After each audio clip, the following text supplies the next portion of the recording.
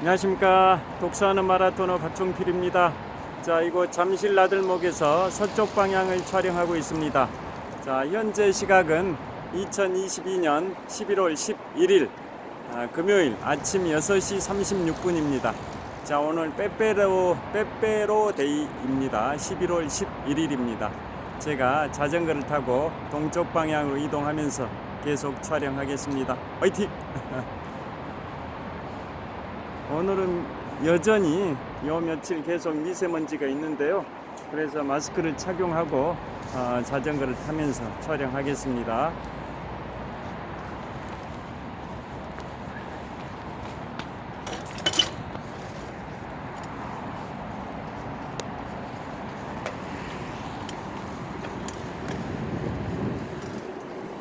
제가 오늘은 어젯밤에 시청했었던 영화 양들의 침묵에 관하여 말씀드리겠습니다.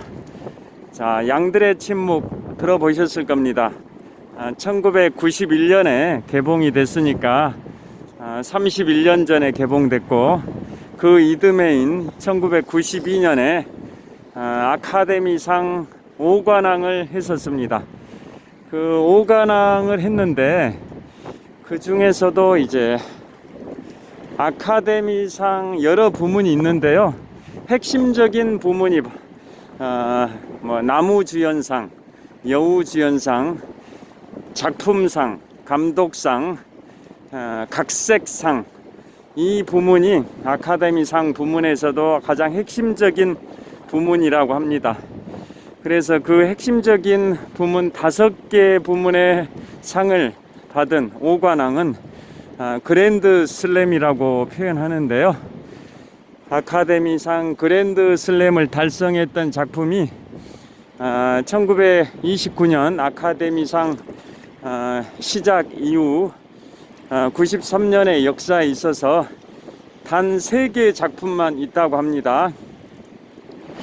1935년에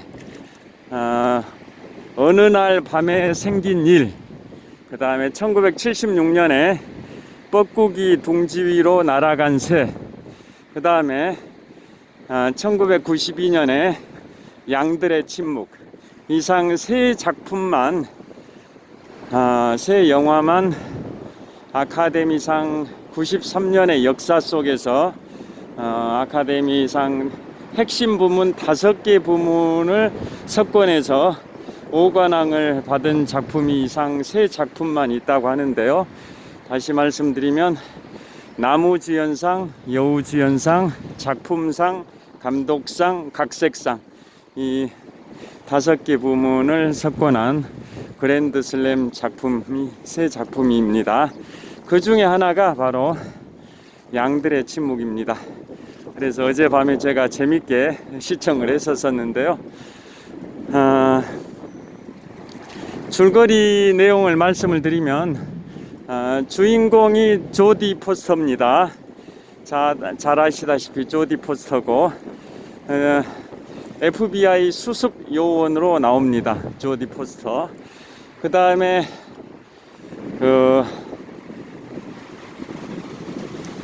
정신 이상자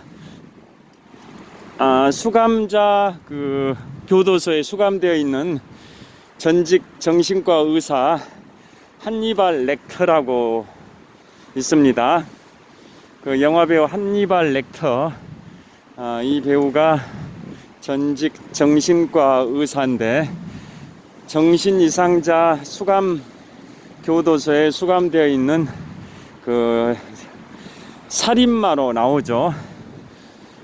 자신이 정신과 의사 시절에 엽기적인 살인으로 자신의 진료를 받았던 환자 9명을 엽기적인 방법으로 살해를 하고 그 죽은 피해자들을 요리해 가지고 먹는 그러한 식인종으로 나옵니다. 식인종. 그래서 정신 이상자의 범죄다 해가지고 정신 이상자들이 수감되어 있는 교도소의 특별병동에 수감되어 있는 그러한 엽기적인 살인마로 나오는 사람이 영화배우 한니발 렉터가 연기한 그런 역할이죠. 그 두 인물이 이제 핵심적인 주연이라고 볼 수가 있는데요. 이제 제목이 왜 양들의 침묵이냐. 조디 포스터가 FBI 수습 요원 스탈링 역할을 하는데요. 스탈링입니다. 스탈링. 스탈링이 어렸을 때 어머니를 잃게 되고 또 10살 때는 아버지마저 잃게 되는데요. 아버지는 경찰서장을 하다가 절도범들을 검거하는 현장을 급습했는데 절도범들로부터 총격을 받아가지고 경찰서장으로서 스탈링이 10살 때 아버지가 사망을 하는 그런 불운을 겪게 돼서 결국은 지인의 그 농장에서 유년 시절을 보내는데 어느 날 밤에 양들의 비명 소리를 듣게 됩니다. 양들이 비명을 저지르는 그런 소리를 듣게 되는데요. 그래서 잠에서 깨서 그 양들의 그 사육시설로 가봤더니 양들이 도살을 당하고 있는 그러한 장면, 충격적인 장면을 목격을 하게 됩니다. 그러니까 양들이 도살을 당하는 과정에서 양들이 비명 소리를 지르게 된 거죠. 그래서 그 어린 시절에 충격을 받아가지고 거기에서 밤에 탈출을 하게 되고, 그래서 고아원으로 옮겨져서 고아원에서 생활을 하게 되고, 또 나중에는 FBI 수습 요원까지 되게 되는데요. 그래서 그 스탈링의 유년 시절에 그런 트라우마, 양들의 비명 소리를 들은, 또 그걸 왜 비명 소리를 지르는지 알아내기 위해서 밤에 몰래 비명 소리를 찾아갔는데 그게 양들이 도살을 당하는 장면, 충격적인 장면을 목격하게 된 겁니다. 그러한 유년실의 시절에 트라우마가 남아가지고 FBI 수습 요원이 된 상황에서도 그 양들의 비명 소리가 환청으로 들리는 그런 트라우마를 겪게 됩니다. 그러한 과정에서 이제 FBI 수습 요원 시절에 능력을 인정받아가지고 굉장히 뛰어난 수습 요원으로 활약을 하는데, 어느 날 상관이었던 FBI 국장으로부터 히데의 살인마 그 수사에 좀 참여해달라는 명령을 받게 되고, 그래서 스탈링은 FBI 수습요원으로서 그 살인사건의 수사에 참여를 하게 됩니다. 그러던 중에 그 스탈링은 전직 정신과 의사가 히데의 살인극을 펼쳐서 자신의 환자 9명을 죽이고 또 요리까지 해먹는 식인종 살인마라는 그러한 인물을 만나보라라는 FBI 국장의 명령을 받게 되는데요. FBI 국장이 그러한 히데의 살인마를 만나보게 한 이유는 현재 또 다른 살인사건이 벌어졌는데, 그 히데의 살인마인 전직 정신과 의사가 현재 벌어지고 있는 그 연쇄 살인사건에 뭔가 단서를 제공할 만한 정보가 있을 수도 있으니까 한번 만나보라라고 명령을 받고 이제 만나게 됩니다. 그래서 스탈링은 그 히데의 살인마를 이제 면담을 해가지고 뭔가 단서를 알아내게 됩니다. 그래서 그 단서를 토대로 해서 추적을 해 나가는 그러한 과정인데요. 그러던 중에 어느 날 테네시주, 미국의 50개 주 중에 테네시주의 연방 상원 의원, 여성 상원 의원입니다. 테네시주의 연방 상원 의원인데 여성입니다. 그분의 딸이 납치가 돼버립니다. 연쇄 살인범에 의해서 지금 수사선상에 있는 그 용의자, 그 연쇄 살인마의 의해서 테네시주 연방 상원 의원의 딸이 납치가 되는 그러한 또 중대 사건이 발생이 돼서 전 언론의 스포트라이트를 받는 그 희대의 연쇄 살인 사건 수사가 되는 겁니다. 그래서 그 연쇄 살인범은 또 이름이 뭐냐, 버팔로 빌입니다. 버팔로 빌. 그래서 버팔로 빌이 연쇄 살인극을 펼쳤다라는 건데, 어디에 거주하는지 단서를 잡기가 쉽지 않은 상황이었는데, 전직 정신과 의사로서 9명의 환자를 살해해가지고 현재 정신 이상자 특별교도소에 수감 중인 그 전직 의사를 통해서 버팔로 빌의 행적에 관한 또 어디에 있을지 단서가 될 만한 정보를 FBI 수사요원 스탈링이 입수를 하게 됩니다. 그래서 스탈링이 버팔로 빌의 거주지를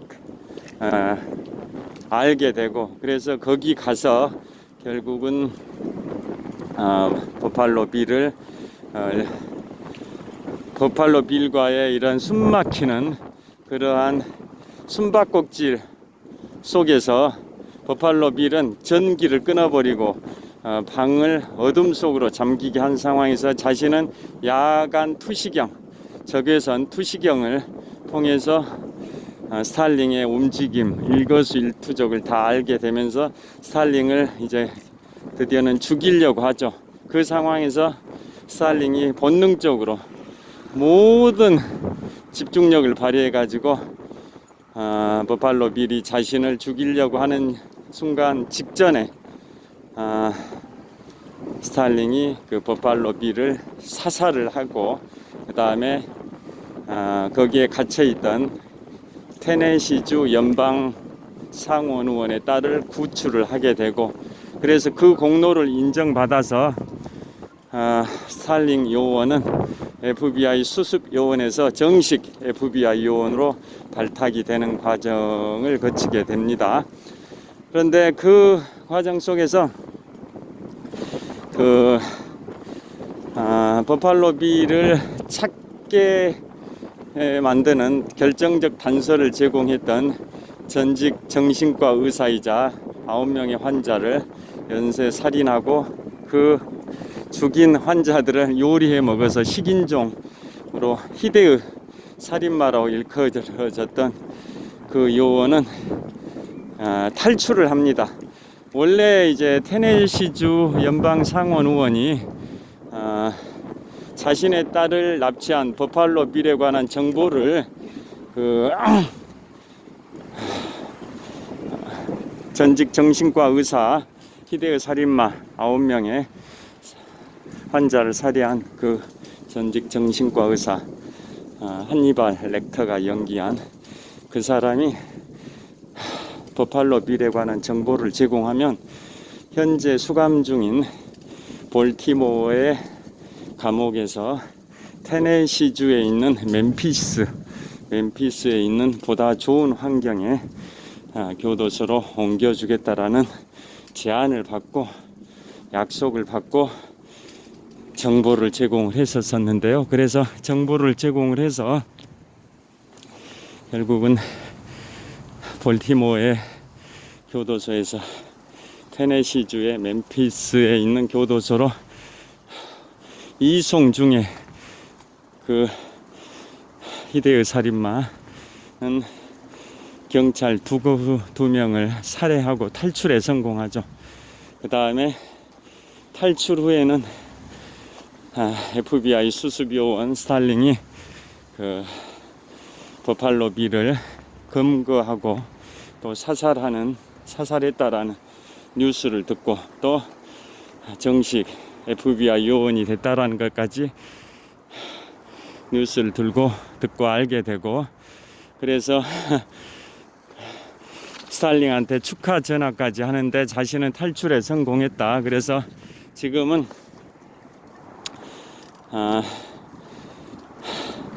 해외로 도주를 했다.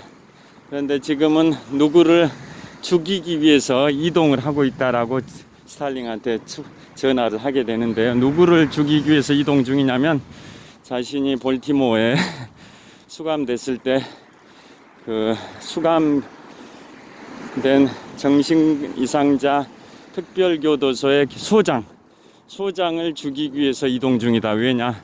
자기가 그 교도소에 수감됐을 때 그 소장이 너무나도 자신을 괴롭게 했다, 고통스럽게 했기 때문에 그걸 보복하기 위해서 그 교도소장을 살해하기 위해서 지금 해외에서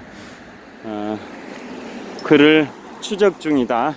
뭐 이런 식으로 전화를 하게 된 거죠, 스탈린에게. 그러면서 스탈린에게는 자신을 잡으려고 노력하지 마라, 이런 전화를 하면서 영화가 끝나게 되는데요.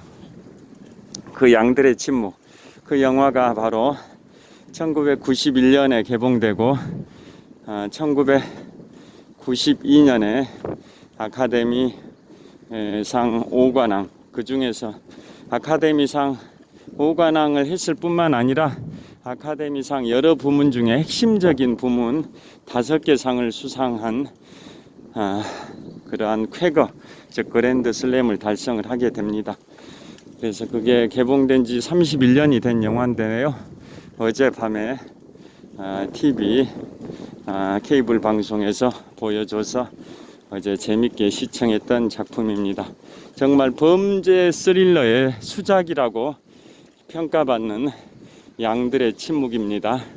조디 포스터, 스탈린 역할을 했던 영화배우, 여자배우 조디 포스터와 또 9명의 환자를 연쇄살인해서 요리해서 먹어버리는 식인종 정신과 의사 역할을 했던 한니발 렉터의 그 명연기가 정말 돋보이는 그러한 작품이었습니다. 자, 지금 여기에서 마무리를 하도록 하겠습니다. 자, 이곳은 풍납초등학교, 풍납토성 근처에 풍납초등학교 근처인데요. 자, 여기 좀만 더 가면 뭐가 있냐면 500년 한성 백제시대, 위례성 백제시대의 역사의 숨결이 살아 숨쉬는 풍납토성이 있습니다. 자, 우리나라의 고대 국가 시절 삼국시대가 있었는데요. 삼국시대의 한 축을 이뤘던 백제가 이곳 한성, 위례성에 기원전 18년에 건국을 해서 서기 475년까지 무려 493년 동안 이곳 한성, 위례성에서 백제의 초기와 중기의 역사를 가졌었는데요. 자, 이곳이 풍납토성입니다. 자, 이거 풍납토성에서 한번 마무리를 하도록 하겠습니다.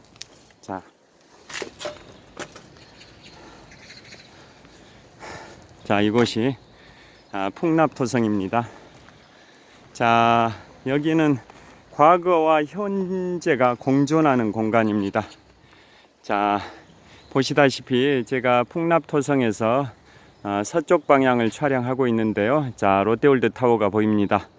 자, 서쪽 방향으로 한 4km 정도 지점에 롯데월드 타워가 보입니다. 123층, 555m 높이 기준 세계 5위 규모의 롯데월드 타워와 주변에 아파트들이 있는데요. 그 아파트 숲속에 이곳 풍납토성이 있습니다. 자, 이 풍납토성, 여기 산책할 수 있는 공간, 산책로도 있고요. 풍납토성 높이가 한 3m 정도 토성이 있습니다. 흙으로 쌓아진 성이라 해서 토성이라고 하는데요. 저를 한번 비춰보도록 하겠습니다. 자, 이곳은 풍납토성입니다. 한성, 위례성 백제시대가 기원전 18년부터 서기 475년까지 무려 493년 동안, 즉 500년 가까이 백제 시대의 초기와 중기를 이곳에서 도읍지로 정했었는데요. 그 이후에는 이제 충남 공주의 웅진성, 그 다음에 충남 부여의 사비성 시대로 백제의 역사가 계속 유지되다가 서기 660년에 신라의